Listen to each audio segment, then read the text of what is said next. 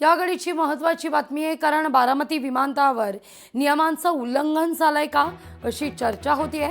याचे कागदपत्र जाहीर करण्यात येऊ शकत नाहीत, कारण हा रिपोर्ट गुप्तचर यंत्रणांनी दिलेला होता। ATC म्हणजेच ब्युरो ऑफ सिव्हिल एव्हिएशन या नावाची यंत्रणाच बारामती विमानतळावर नाहीये का, हा देखील मुद्दा या निमित्तानं उपस्थित होतोय।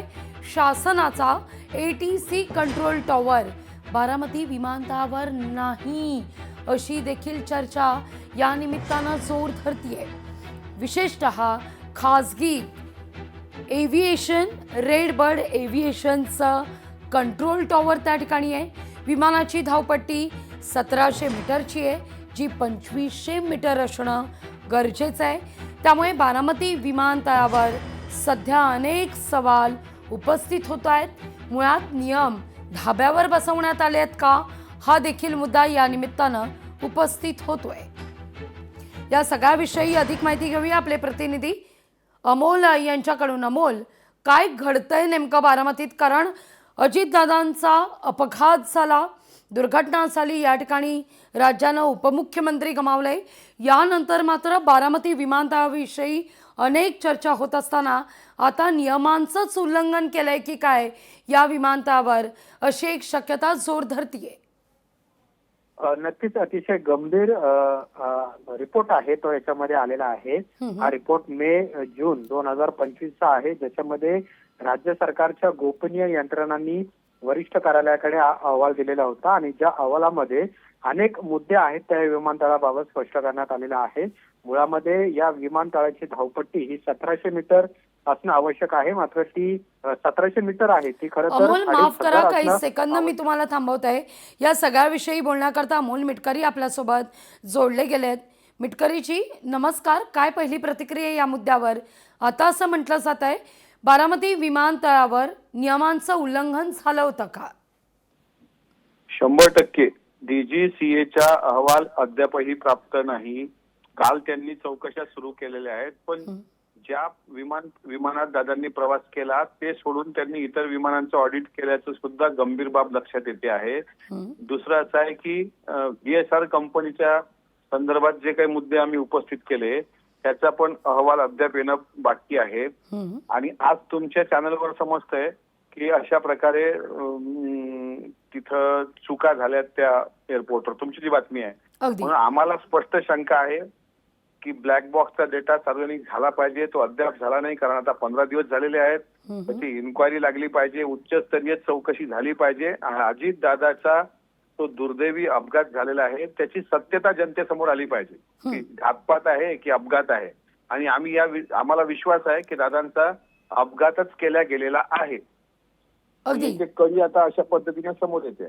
अगदी अमोलजी, दोन मुद्दे आहेत। खरं तर धावपट्टी ही 1700 मीटर असणं गरजेचं, इथे 1700 मीटर आहे, पण धावपट्टी प्रत्यक्षात 2500 मीटर असावी असा नियम सांगतो, ते मात्र बारामती विमानतळावर दिसत नाही।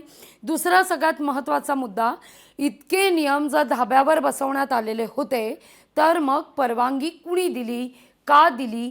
या सगळ्यामागे काही रॅकेट आहे का, कोणी मास्टर माइंड आहे का? अनेक मुद्दे उपस्थित होत आहेत जे अद्यापही अनुत्तरित आहेत। महाराष्ट्रामध्ये अनेक प्रश्न आता अनुत्तरित राहत आहेत। काल परवा आमदार रोहित पवार यांनी सुद्धा तो मुद्दा उपस्थित केला होता त्या धावपट्टीच्या संदर्भामधला, आणि तो वास्तव आहे की ती एअर स्ट्रीप जर तिथे लँडिंगसाठी सुरक्षित नव्हती तर कुणाच्या सांगण्यावरून तिथून टेक ऑफ घेण्यात आला मुंबईवरून? काय दादा विमानात बसण्याच्या पूर्वी सर्व चौकशी करायची आणि एकदम PA OSD यांनी ओके केलं की चला दादा बसायचं आहे तर दादा बसायचे, पण पायलट कोण आहे, काय आहे, ह्या सगळ्या गोष्टी त्यांनी तपासल्याशिवाय दादा बसत नव्हते। हे मी त्यांच्यासोबत 10-12 विमान प्रवास जे काही आजपर्यंत केले त्या अनुभवावरून सांगतोय। अगदी आणि तिथे ज्यावेळेस स्पष्टीकरण आलं बारामती एअरपोर्टवरून की आता क्लायमॅक्सही क्लिअर आहे, धावपट्टीवर विमान उतरू शकते, त्यामुळे आपल्याला टेक ऑफ घ्यायला अडचण नाही, तसंच दादा तिथे बसले आणि टेक ऑफ घेतल्या गेलं, दुर्दैवी घटना घडली। त्याच्यामुळे याच्या तळाशी फार मोठं षडयंत्र दिसते आहे, याची चौकशी झालीच पाहिजे। आणि महाराष्ट्रातला कार्यकर्ता, महाराष्ट्राला सर्वसामान्य व्यक्ती हा प्रश्न विचारतोय आणि आम्ही हा लढा लढणार आहोत आणि या लढ्यात मी रोहित पवारांच्या सोबत आहे। अगदी अमोलजी, धन्यवाद आमच्याशी संवाद साधलात त्याबद्दल। या सगळ्याविषयी बोलण्याकरता विकास लवांडेजी आपल्यासोबत जोडले गेले आहेत। विकासजी, मला आठवतं 28 तारखेला जेव्हा हा सगळा प्रकार, दुर्दैवी घटना घडलेली होती, त्यावेळी सगळ्यात पहिल्यांदा कोणी या मुद्द्यावर भाष्य केलं असेल, घात की अपघात, तर ते तुम्ही होतात. आता बारामती विमानतळावर नियमांचं उल्लंघन केल्याची बातमी समोर येत असताना, तशी चर्चा होत असताना तुमची प्रतिक्रिया फार महत्त्वाची. खरं तर बारामती विमानतळाच्या संदर्भात आता ज्या काही त्रुटी दाखवल्या जात असतील तर हे डीजीसीएचं फेल्युअर आहे. कारण बारामतीचं विमानतळ आता काही 1 महिन्यापूर्वी तयार झालेलं नव्हतं किंवा अजितदादाचं विमान उतरायचं म्हणून तयार झालेलं नव्हतं. अनेक वर्ष ते विमानतळ तिथे आहे. तिथे अनेक व्हीआयपी लोकांची, उद्योगपतींची विमानं, आणि अजितदादा स्वतः तिथे अनेकदा लँड झालेले आहेत. अनेक उद्योगपती तिथे उतरलेले आहेत. त्यावेळेस डीजीसीएला यातल्या त्रुटी दिसल्या नाहीत का विमानतळाच्या? असा साधा भाबडा प्रश्न आहे आमचा. आणि आता त्याच्यासाठी दादांचा आपल्याला म्हणजे दादांचा दुर्दैवी अंत किंवा दादांना जावं लागलं का त्यासाठी, त्या त्रुटी शोधण्यासाठी? त्यामुळे जे कोणी त्रुटी आहेत असं दाखवत आहेत. खरं तर हा आता मूळ मुद्दा डायव्हर्ट करायचा कोणी जर प्रयत्न करत असेल तर ते चूक आहे. निश्चितपणे तिथं काही त्रुटी असतीलही, परंतु त्या त्रुटीच्या अगोदर ह्या त्रुटी आता दाखवण्याच्या ऐवजी आधी का नाही दाखवल्या? तिथे परमिशन दिली गेली, विमान उतरायचं होतं, सगळं झालेलं होतं. मग आता का होता तो प्रश्न उपस्थित? तुम्ही म्हणताय कोणीतरी मूळ मुद्द्यातून डायव्हर्ट करण्यासाठी या सगळ्या कृत्या राबवताय. तुमचा रोग कोणावर आहे? मुळात रोग कोणा वैयक्तिक असण्याचे कारण नाही. मुळामध्ये अजितदादा पवारांच्या या ज्या दुर्दैवी घटना घडली, ती घात होता का अपघात होता, याच्यावर सगळ्यात अगोदर 2 तासात पहिल्यांदा मी भाष्य केलेलं आहे. अगदी. आता रोहितदादा पवारांनी त्याच्यावर अतिशय इन्व्हेस्टिगेशन केल्यासारखं अतिशय सूक्ष्म असे मुद्दे पुढे आणलेले आहेत. अनेक प्रश्न उपस्थित केलेले आहेत. फॅक्टवर आधारित रोहितदादांनी पत्रकार परिषदेमध्ये मांडणी केलेली आहे.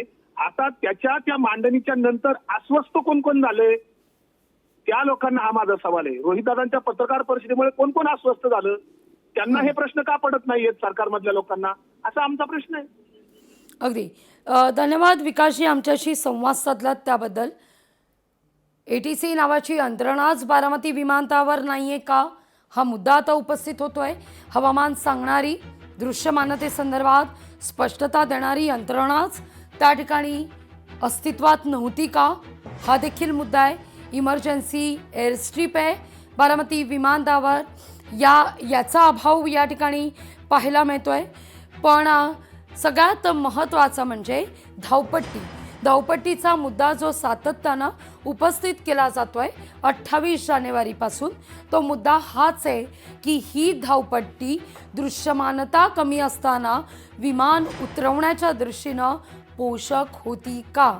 तर आता अनेक त्रुटी बारामती विमानतळावर असल्याचं म्हटलं जात आहे. त्या दृष्टिकोनातून चर्चेला जोर धरतोय. पुढची बातमी देखील या संदर्भातली आहे.